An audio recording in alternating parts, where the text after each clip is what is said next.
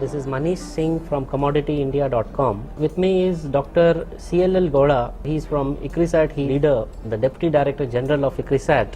As we know, ICRISAT is a world-renowned institution based at Hyderabad, Patancheru, and it is doing wonderful job in terms of research in developing new varieties and also marketing and other linkages with the farmers. So, Dr. Gowda, what are its goals and how is it working in collaboration with the farmers and the governments? Okay, thank you, Manish. ICRISAT is the International Crop Research Institute for the Semi-Arid Tropics. It's based in Hyderabad. This is our headquarters. But as an institution, we work in 55 developing countries around the world. Both in Asia as well as in sub-Saharan Africa. The mission of ICRISAT is to help the smallholder farmers in all these developing countries to increase crop production, productivity and also incomes.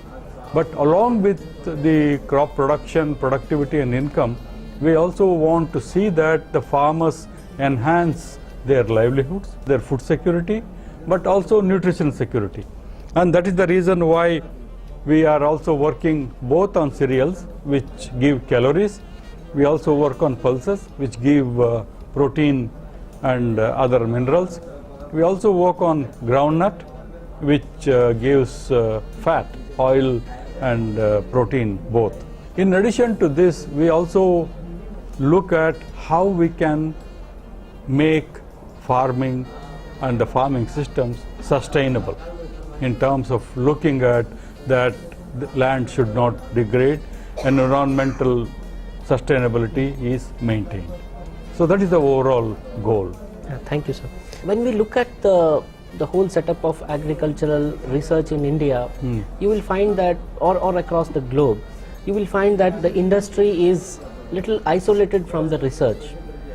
Basically, how do you find the role of ICRISAT in partnering with the industries to bring the kind of change that is required in the production and marketing systems?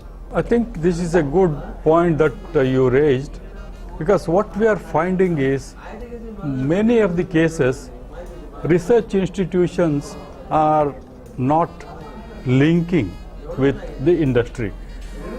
This is very essential because as a research scientist, we should know what are the needs of the industry. But on the other hand, industry should also work with the research institutions, because research cannot be conducted in a vacuum. It has to have somebody to whom it can relate to.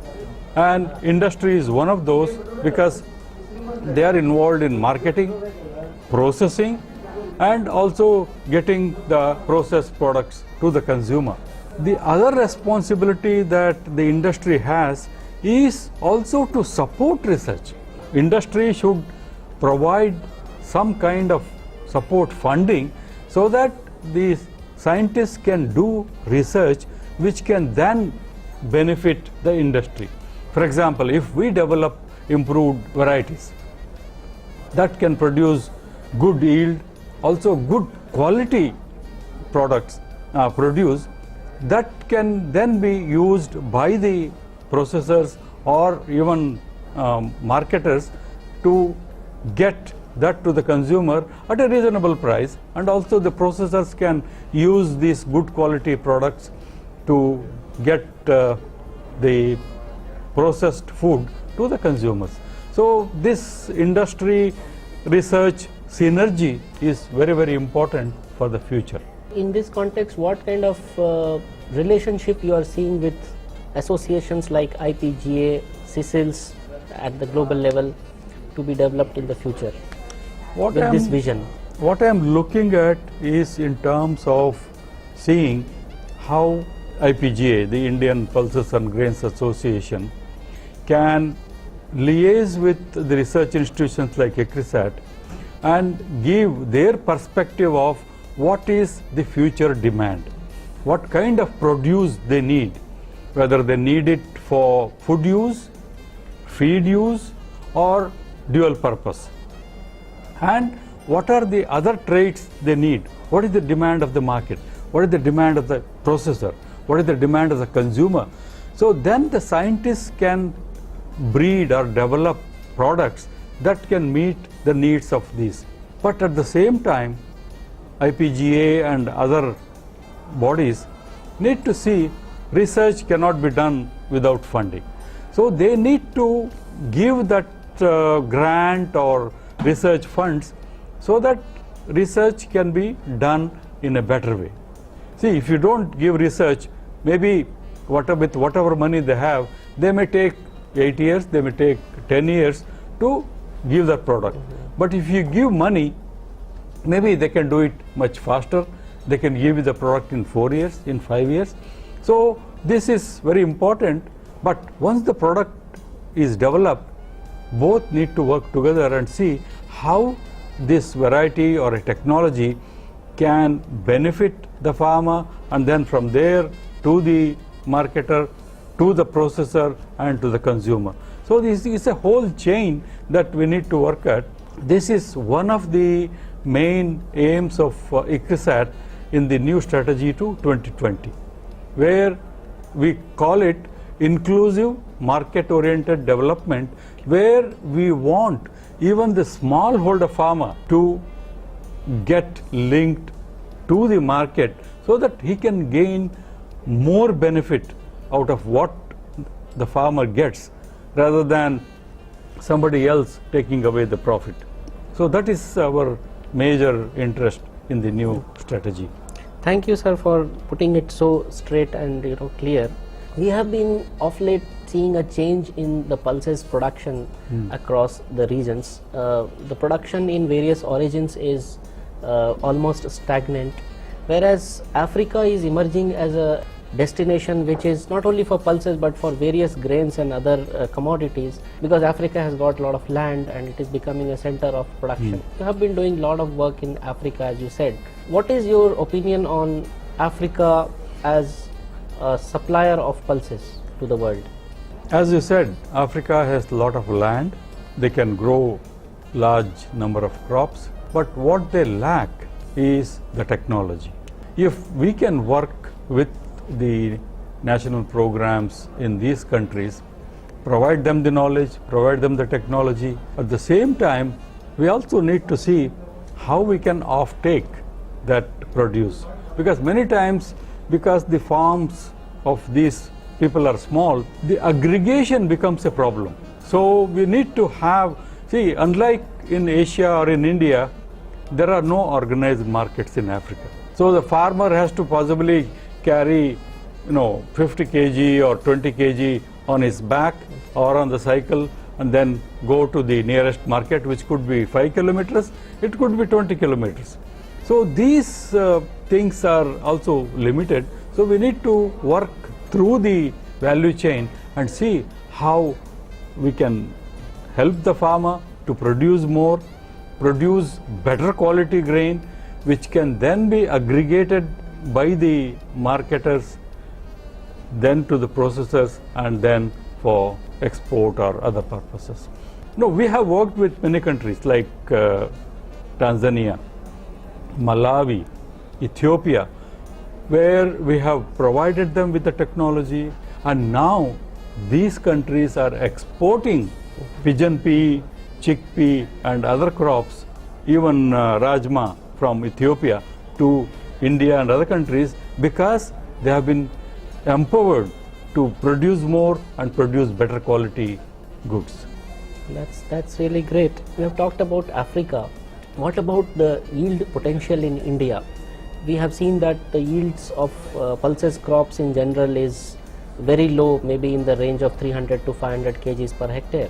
So ICRISAT has been working very consistently in terms of increasing these yield levels. There are some hybrid technologies which have been reported. Can you elaborate a little bit more on that? In fact, in my presentation today, I mentioned that the potential, let us say, take chickpea, potential yield is 5 tons per hectare. On the on-farm trials, we can get easily 2.5 tons. But as you said, what is being realized on an average in India is about 900, 950 kilograms. That is in chickpeas. Yeah, in chickpeas. Yes. But there are other crops which are much lower. This available yield gap is from 900 to 2.5 tons. So by bridging this gap, we can definitely, we don't need to go immediately to 2.5 tons. We can even go up to 1.5 ton. That itself is a big achievement. So for this, what is needed is the farmers need to take more interest, and the governments, the NGOs and the private sector need to provide the good inputs, improved varieties, a little fertilizer, micronutrients, pesticides, so that the farmers can use these and improve. One of the major limitations what we have found is lack of irrigation. So instead of growing sugarcane or growing rice, giving 10 to 15 irrigations, pulses or other dryland crops need just 1 or 2 irrigations. And by giving 1 irrigation, you can double the yield. So these are a few very simple things that can be done.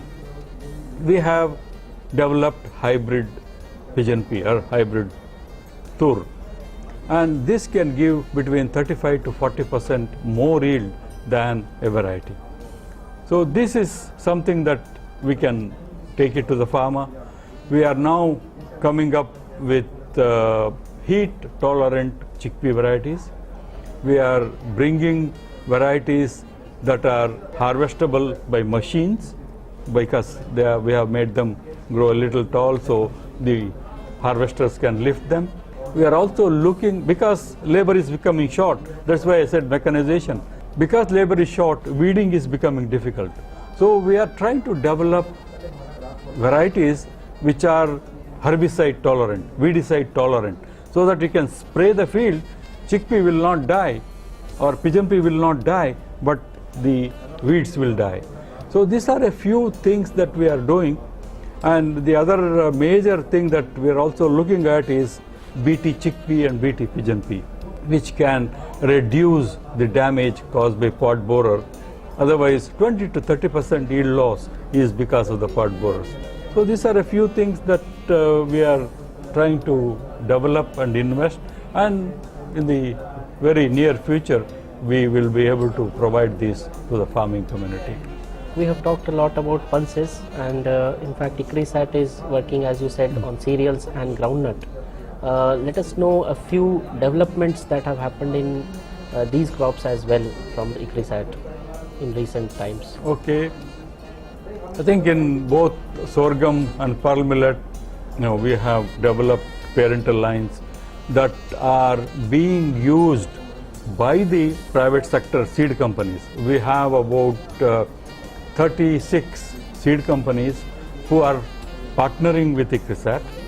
So we provide them the parental lines for hybrids. They use these parental lines, make the hybrids, and then sell the hybrid seed to the farmers. Because we have about 35, 36 companies who are developing these hybrids, because there is competition, the price of the hybrid seed is kept under check, because there is no monopoly. If monopoly is there, then price will be high.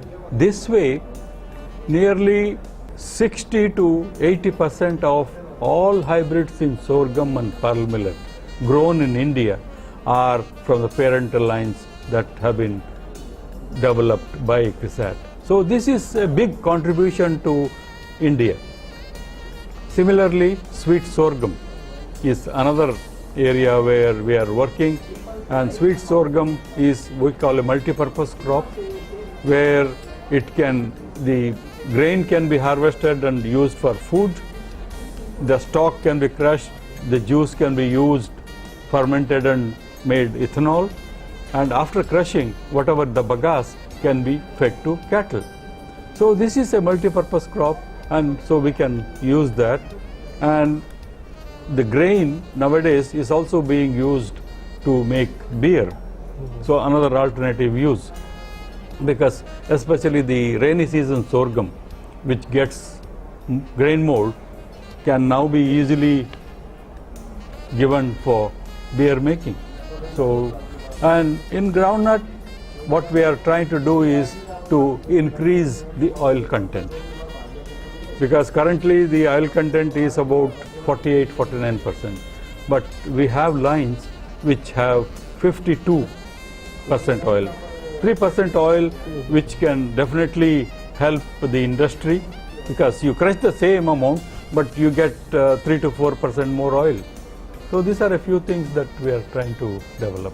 We have been talking about sustainability, as you said, sustainability is the focus. Yeah. So let us conclude with, like, how ICRISAT is focusing on sustainability and how that is going to help research, upcoming research in the future. Actually, what we are trying to do is, sustainability is a major issue, and between pulses and cereals, we are trying to encourage farmers to have crop rotation of cereals and legumes, but we are also looking at integrated watershed management, where we are trying to work with the farming community, conserve water in the in situ conservation to grow crops, but we are also working with farmers to see what kind of fertilizer